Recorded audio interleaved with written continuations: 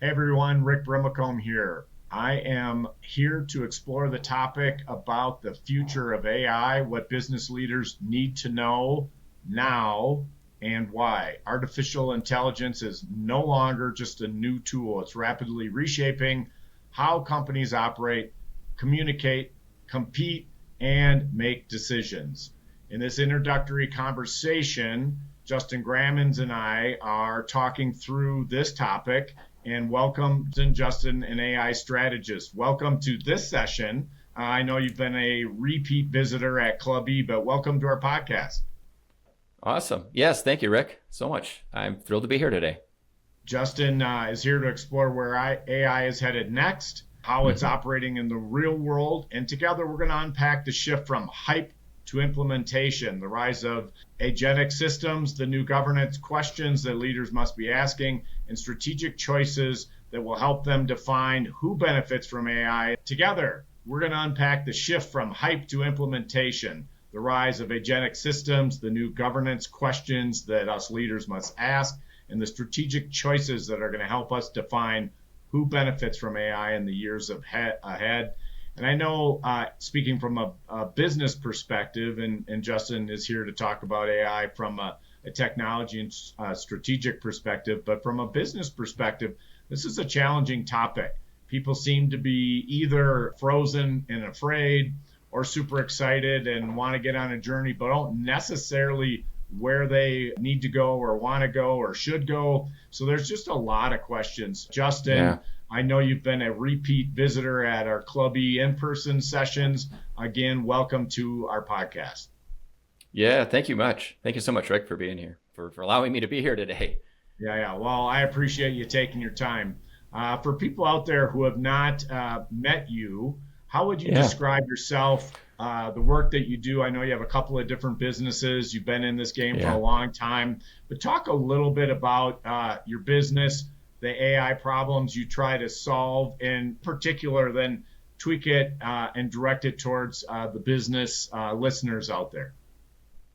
Yeah. So I own a couple businesses. One is called Recursive Awesome, where we focus specifically on strategic implementations of artificial intelligence. And as you sort of said at the beginning, AI really has sort of taken the world by storm. It's a huge topic. Actually, artificial intelligence has been around for a long time, but really since 2022 and the advent of ChatGPT, it's really accelerated, and really around this idea of generative AI.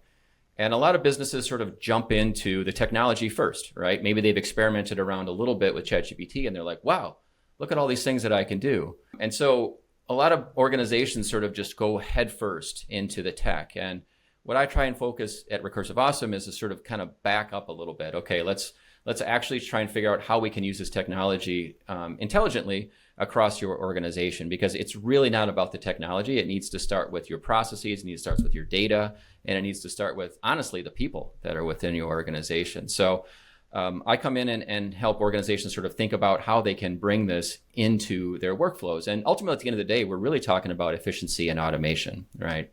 And so after we sort of work through some of those things, I also have a software development company called Lab 651, where we bring essentially smart, intelligent agents around software development, right? So if people need anything implemented, our engineers are very, very well versed in artificial intelligence, our product managers, our UI, UX designers, all of that. So we can actually implement a lot of these solutions. So kind of two pieces.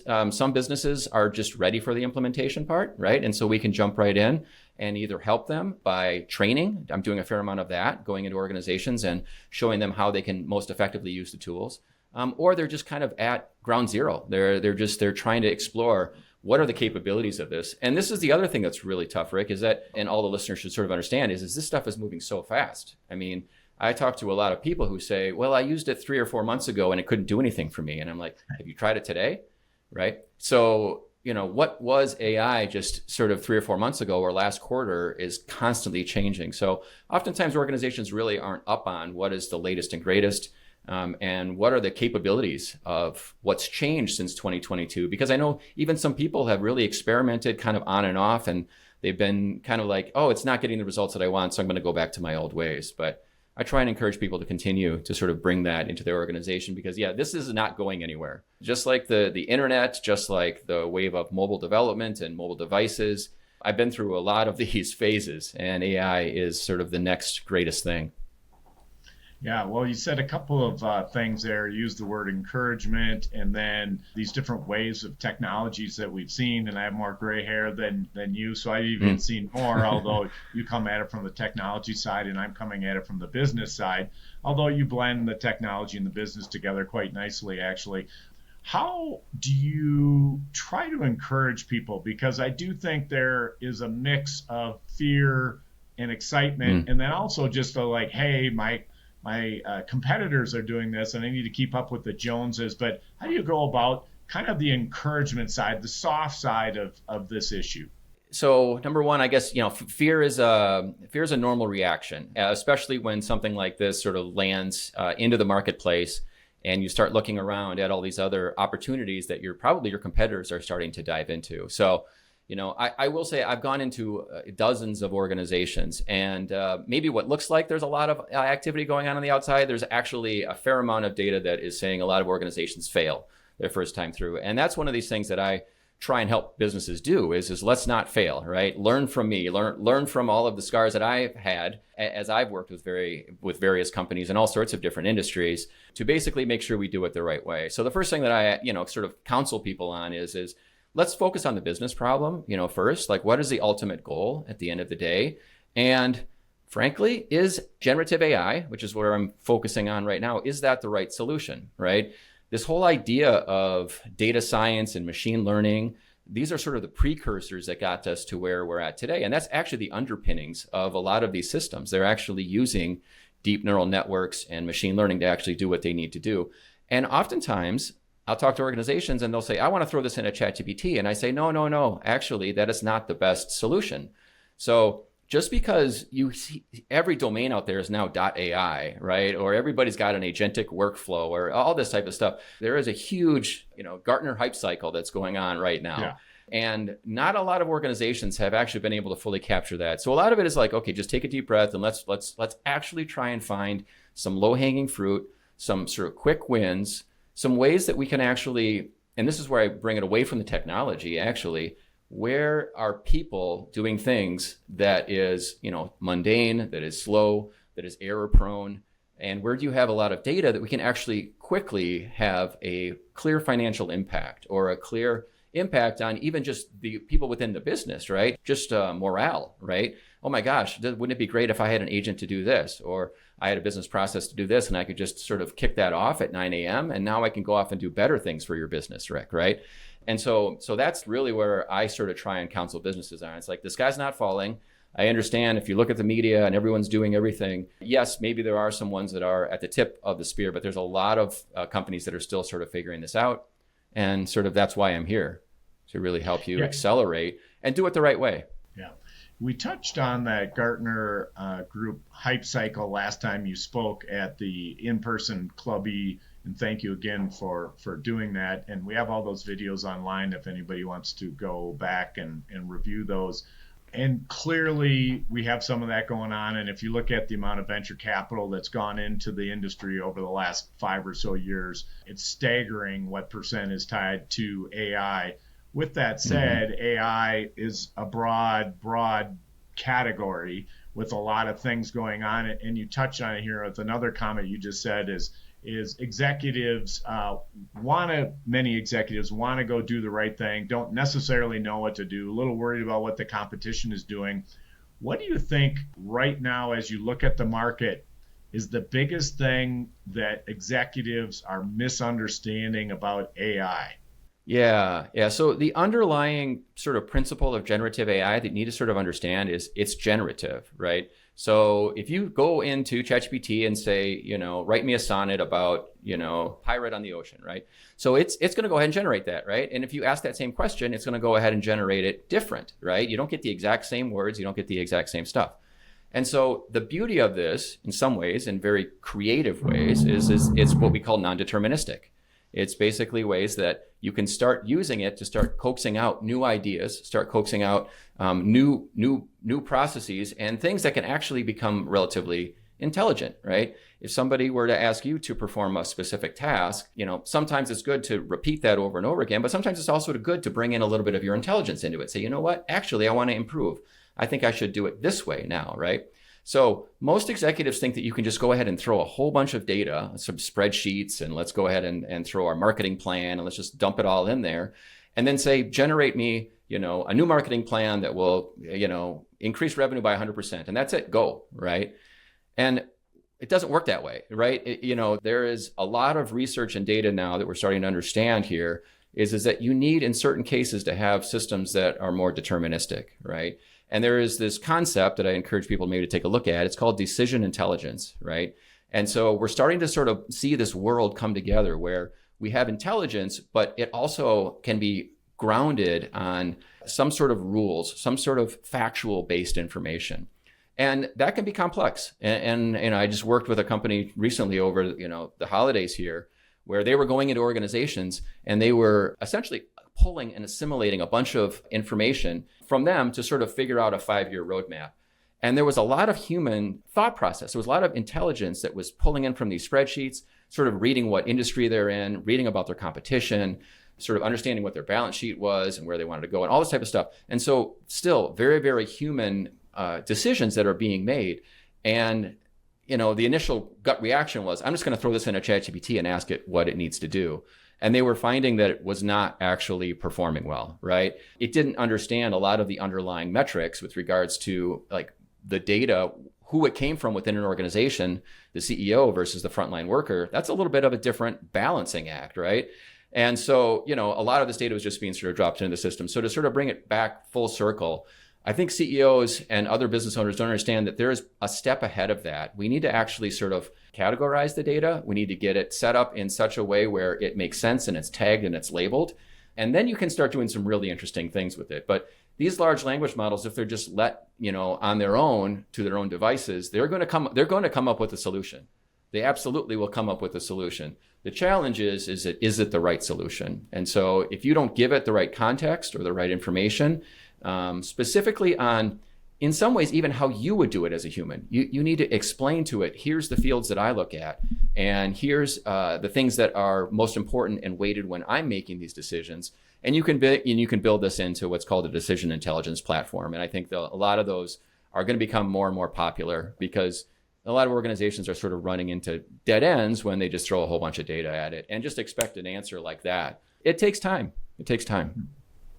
So you mentioned interacting with business executives and again, coming from that side of the table.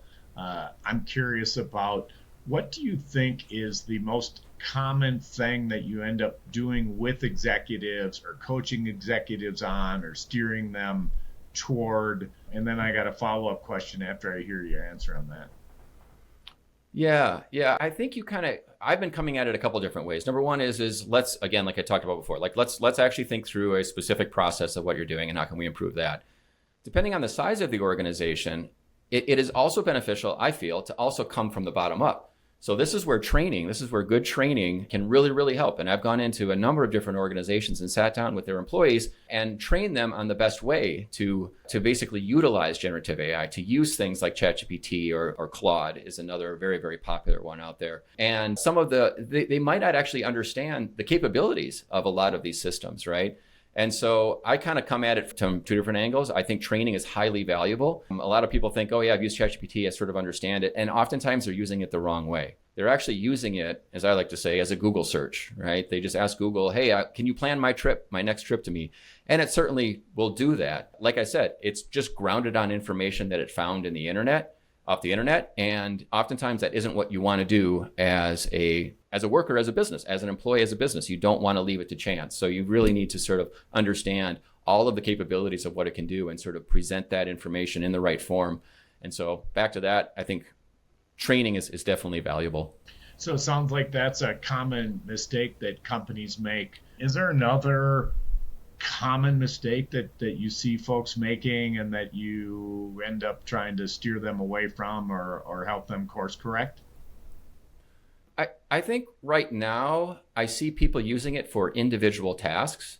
And the buzzword that's been around is this agentic AI or this agentic workflows. And this is something that really was sort of the word of 2025 in the world of AI, and it's continuing in 2026, where people are using AI for, hey, here's a spreadsheet, give me some information about it. Where companies are missing the ball, and they're going to miss the ball. But again, we're still pretty early on, but where the industry is headed right now is how can we actually plug that into an entire workflow, right? How could this spreadsheet actually interface with your accounts receivable or your accounts payable? How could it actually reach out to your customer, for example, if they haven't paid yet, right? How could it flow into sending out invoices and all this stuff where businesses are still going step by step? And the promise of AI, true agentic AI, and where truly these systems are going to do is we're going to start actually tying them together in a number of different steps. And so kind of getting businesses to stop thinking so small about what's possible, for sure, getting them to sort of open it up. And so, but Rick, it's a fine line because again, people think that this thing, you can boil the ocean and do all this, type of stuff. So really kind of coming in and again, showing them a little bit of what's possible. Okay, here's where these tools are headed. And here's where I think we'll be in the next 3 to 6 months, and stop thinking just like this is just a very, very smart Google search, right? There's a lot of other capabilities. So as you look at the next 3 to 6 months and ahead, so maybe over the next year or two, but you touched on the front end of our conversation, things are moving so fast.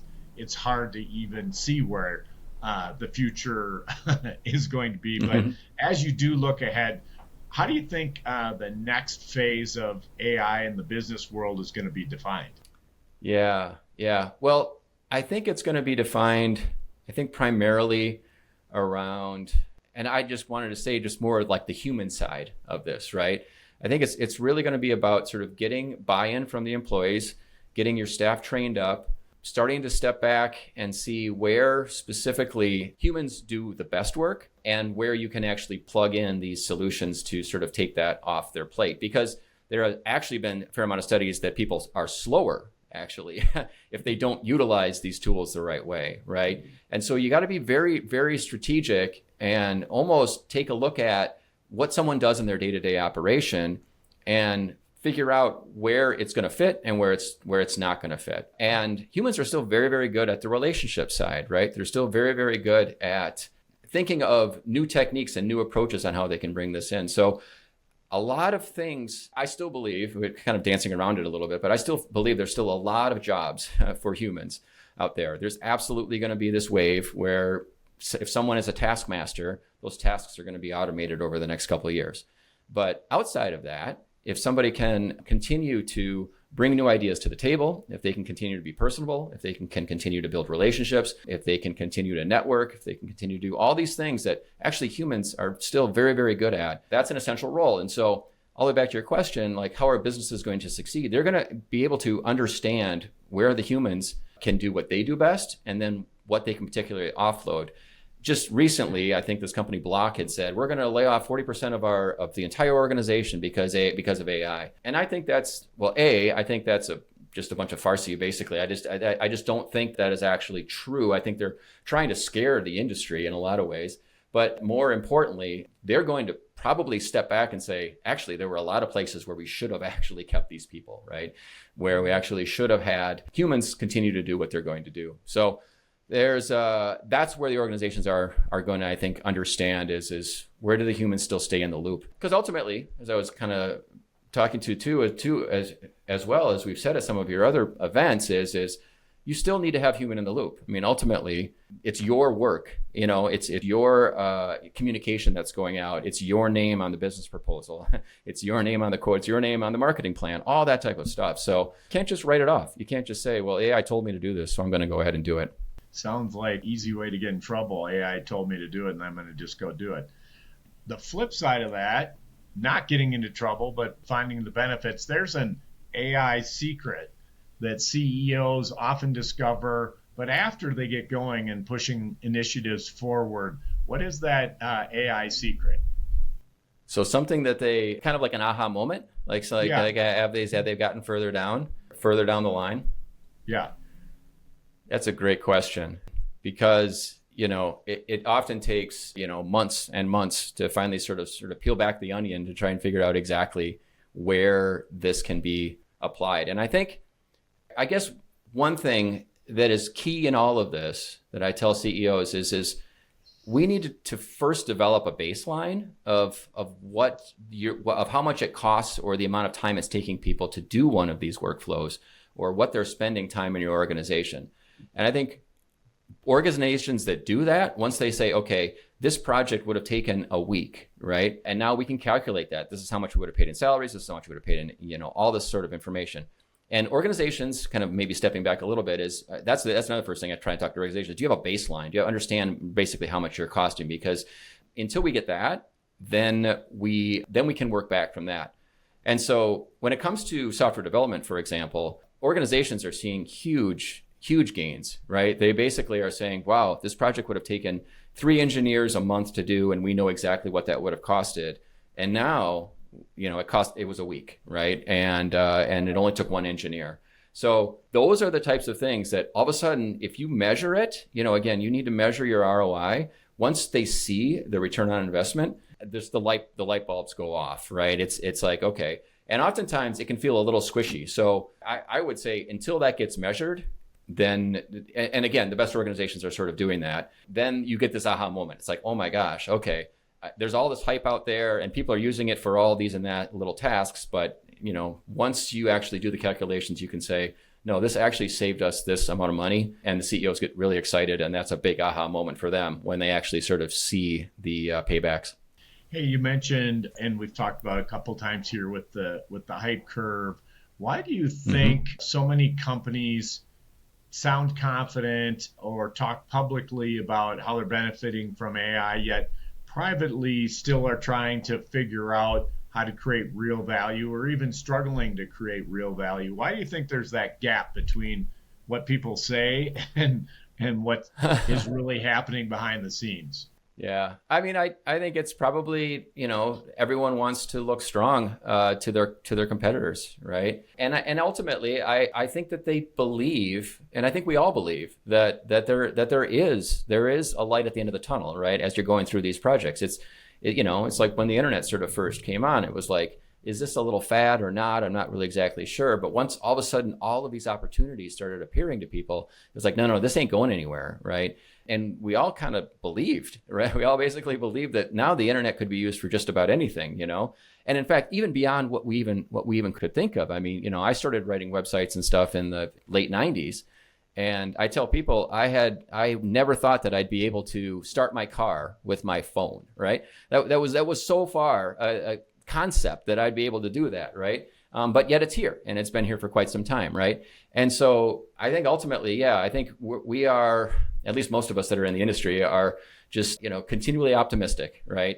And you see stuff on the edges. It's like, yes, maybe this costs a little bit more to do. Maybe it's difficult right now, but so was any next revolution, right, of technology. It's always more expensive, and it always fails the first time through, and it always sorts of like does that. So some of these, again, companies like OpenAI and companies like Anthropic, all these companies are, of course, they have a financial, interest in keeping us all sort of very, very happy that this is going forward. And I guess I won't say I'm not a negative like Nelly on this stuff. There are companies that are doing it, but it does take a really concerted effort. And companies just don't want to admit, mistakes. It's very, very difficult for them to admit mistakes, at least publicly. And so it's a gray area. There's a lot of data that also shows that within organizations, they've measured it and they've tracked it, and the potential's there. But yeah, at the end of the day, I think companies don't really want to admit when they've failed. Yeah, I agree with you. You mentioned a tool, and 100% agree with you that, and the reminder for me is the internet and what it was like in the late 90s and how it was changing things. But, people weren't giving their credit cards up, and people weren't wanting to buy stuff online based on security fears, etc. How does that change here, and how does AI talk stop being tool discussion and evolve to become more one about, say, leadership or governance or kind of board level issues? And so it moves up a level, and it's not just down at the task level, but it's a strategic, not just a tool, but a must have. Yeah, well, a lot of this stuff then points to the workforce of the future. right? And the question is, you know, how can we utilize this to move faster? And as an organization, no matter what the new technology is, you ultimately need to think about how can I leverage this and allow me to succeed in business, and not only be able to succeed. I think everyone wants to move faster and be more efficient, right, through this. So yeah, I will say, I mean, we have talked about tools and some of the specific things, but ultimately, I think the business needs to sort of understand at a very, very high level, where are the pain points? Where are places where, once again, you know, new markets that they might want to explore, for example. The beauty of some of these things like AI is it can actually allow you to do a lot of research on a particular area, to basically even spin up, you know, example websites and market test, you know. And so really the future is going to be a lot of these automated agents, you know, that you could actually sort of kick off. And the dream is this won't cost you anything but, you know, electricity, right? And so while you maybe have your core business and you're focused on sort of running that, and you have a lot of things that you're doing, you ultimately wouldn't want to hire a staff of 10 people to go out and explore a new market, for example, right? What AI can allow you to do is for the cost of, again, much less than salaries, we can go out as an organization and we can market test some things, right? We could actually go out and, like I say, explore a new line of business. We can actually generate some product ideas, right? And put them in front of potential customers and see how this would potentially react. And those are things that, again, they would cost a fair amount of time and effort to have somebody do if you had to hire and build your headcount. So you got to be thinking really more long-term and really sort of, yes, we're still going to have humans and there's still going to be people that are going to be involved in this, but how can you explore as much as possible for the least amount of dollars as possible? And that's where, you know, automation and artificial intelligence is going to allow you to go, is it spin up a little team to go ahead and build something. You know, there's a guy named Mustafa Suleiman. He wrote a book called The Coming Wave. It's a couple of years old now, but highly recommend reading that, actually. I think your listeners would get a huge kick out of that. And, you know, in his mind, so there was the Turing test, right? Where he basically said, oh, okay, how could I have a computer to fool a human? Well, largely the Turing test has been completed, right? There are so many AIs out there now that I, you know, a lot of humans can get fooled by them. So he has a new generation of the Turing test, which is basically you would tell the AI, okay, I want to make, you know, $10,000 a month, and I want to do it on Amazon Marketplace. And you give it some other parameters, right? I want to manufacture a product in a particular market, and you just say go. And what does AI do? It goes out, it researches the market, it basically figures out what the cost of materials is, it contacts a Chinese manufacturer, it builds the stuff, it puts it on Marketplace, it starts selling, right? And that is what he sees as the future, that is the next level of Turing test, what we're talking about here. It's not only just fooling one human, it's actually automating an entire product development like Lifeline. And he's like, we're going to get there, you know. He truly believes that. So, and he's the CEO of Microsoft AI, like of the AI division at Microsoft. So super smart guy, very much on the cutting edge. And it's that type of like higher level thinking that I think businesses need to start at least exploring and thinking about how they're going to utilize this at a very, very strategic level.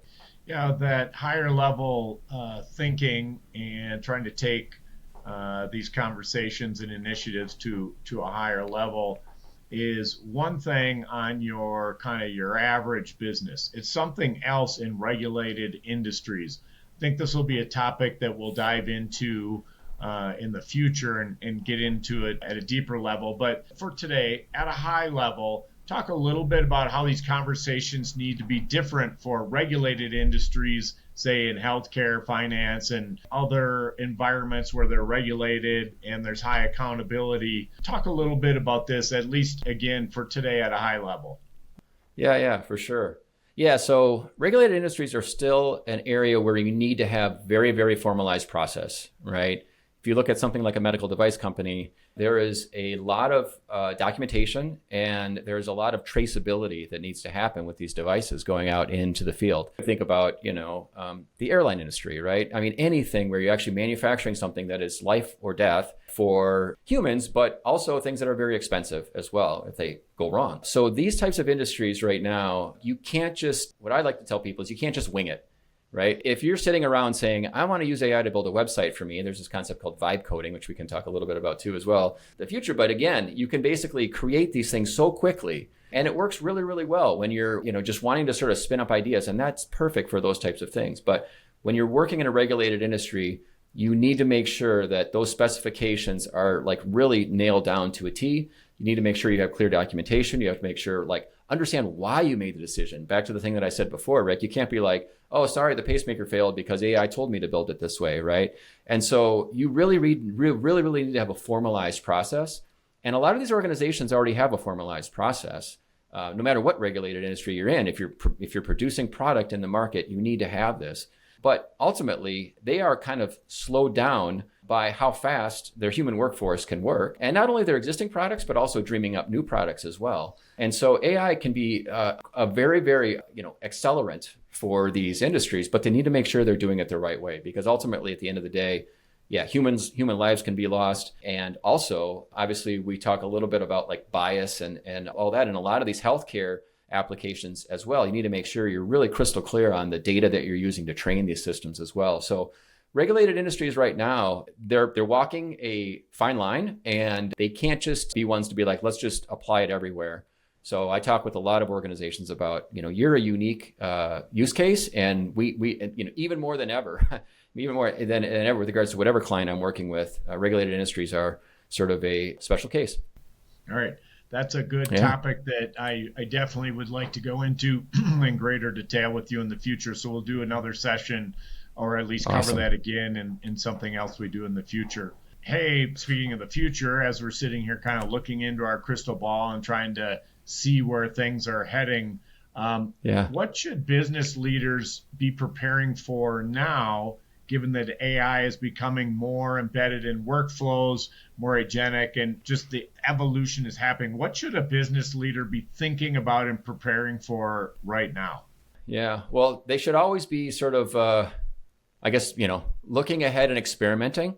I think this is another area where I highly encourage business leaders is to sort of get out into events. So kind of wear my applied AI hat. If people didn't know, I run a 501c3 nonprofit called Applied AI, and we do conferences and meetups and podcasts and newsletters. So I highly encourage other CEOs and business leaders to sort of get together. Clubby is another perfect one, Rick. So again, I'm not going to be the sage on the stage that's going to give you, okay, this is the exact thing that you need to do. You're going to learn best with others, and things are going to appear and tools are going to happen, and other things are going to sort of, evolve within the industry that are going to happen just sort of organically, right? So constant curiosity, I guess, as any business owner should have, any entrepreneur should basically have, is make sure that they are continuously curious on what's going on. And oftentimes even, I guess, again, asking within their organization, within their leadership team, what have you seen? I mean, I know CEOs and entrepreneurs are super busy. They can't be everywhere.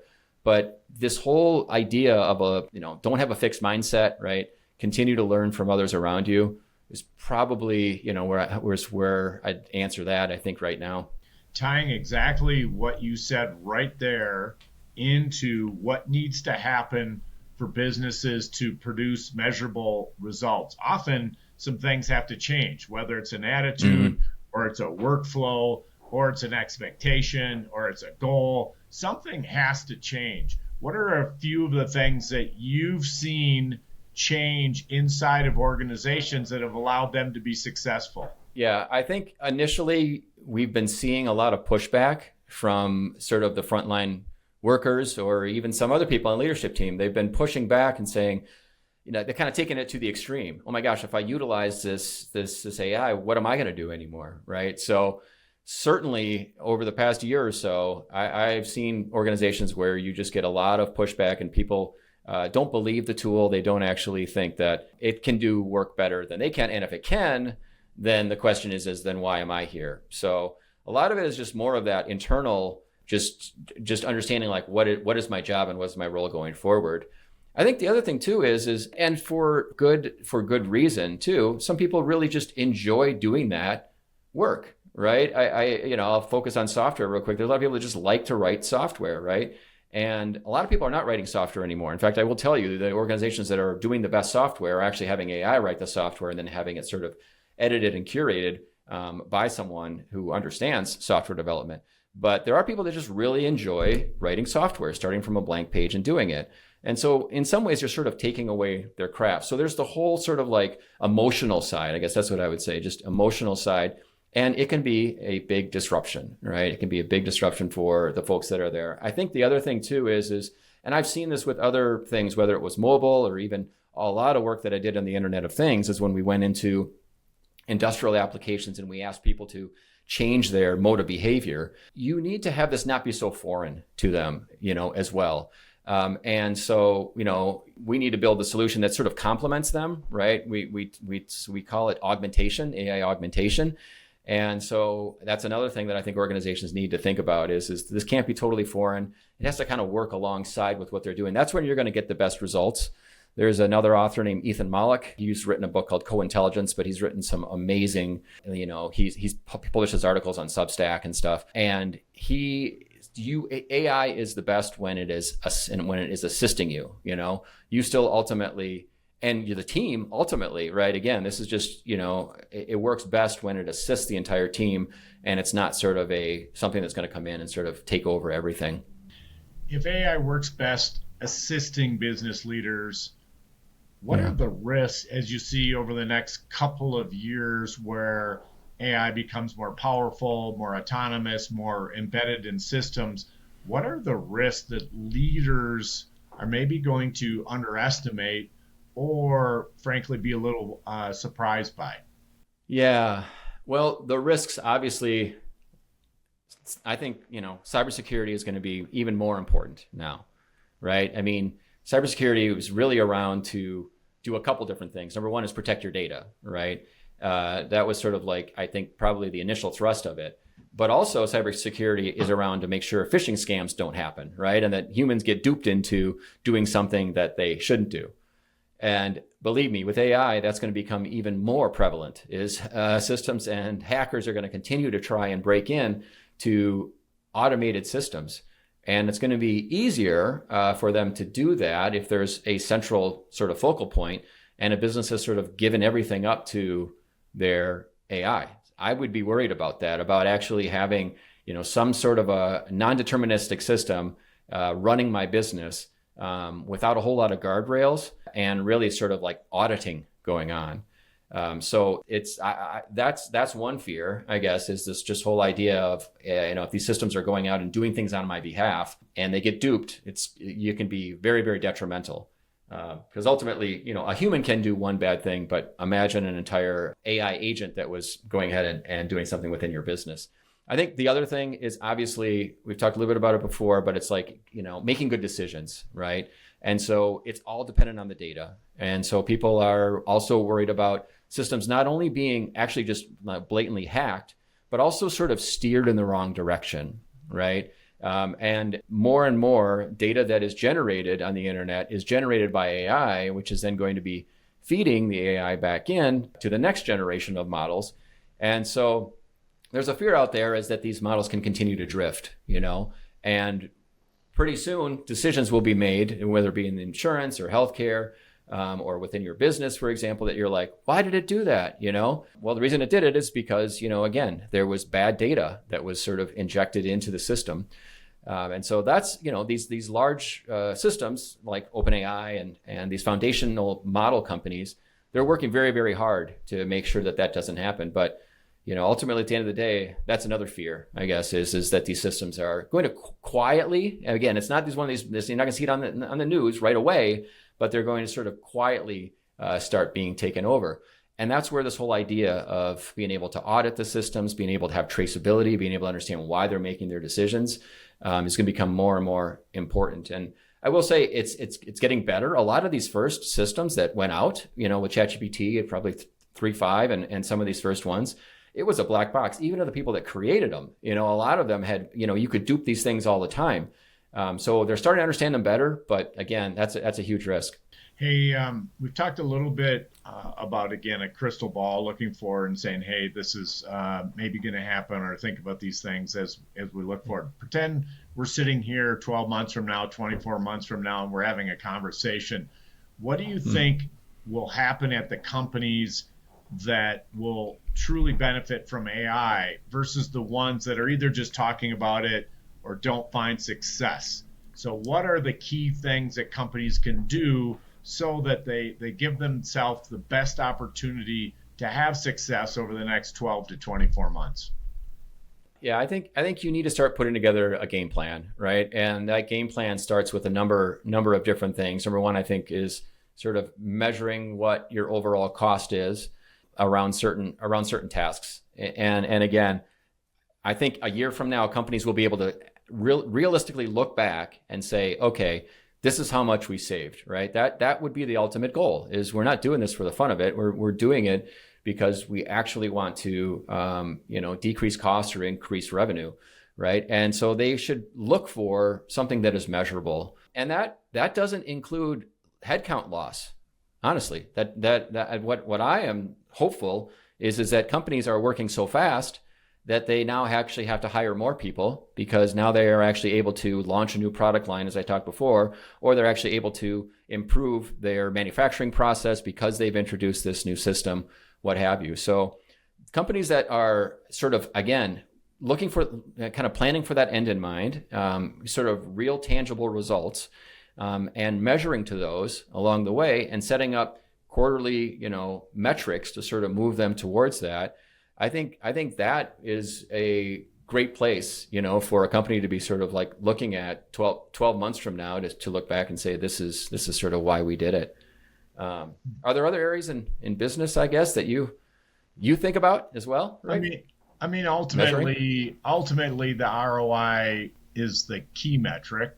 With that said, velocity, doing whatever it is you need to do. So I was looking at a new business opportunity, starting something from scratch. I was working with Brian Berg, who is on my team, and Brian and I were using AI more than we ever had before with other types of activities and projects. And it really helped us kind of scope out what this business could look like in the future and how we would get from point A to point B.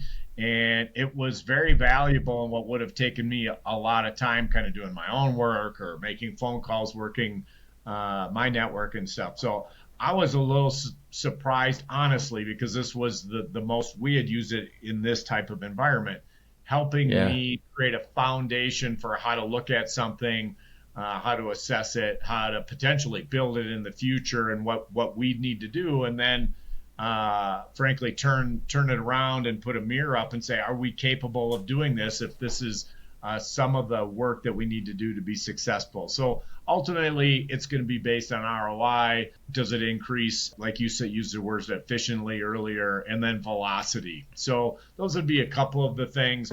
And then I also, one of the items you mentioned earlier was training.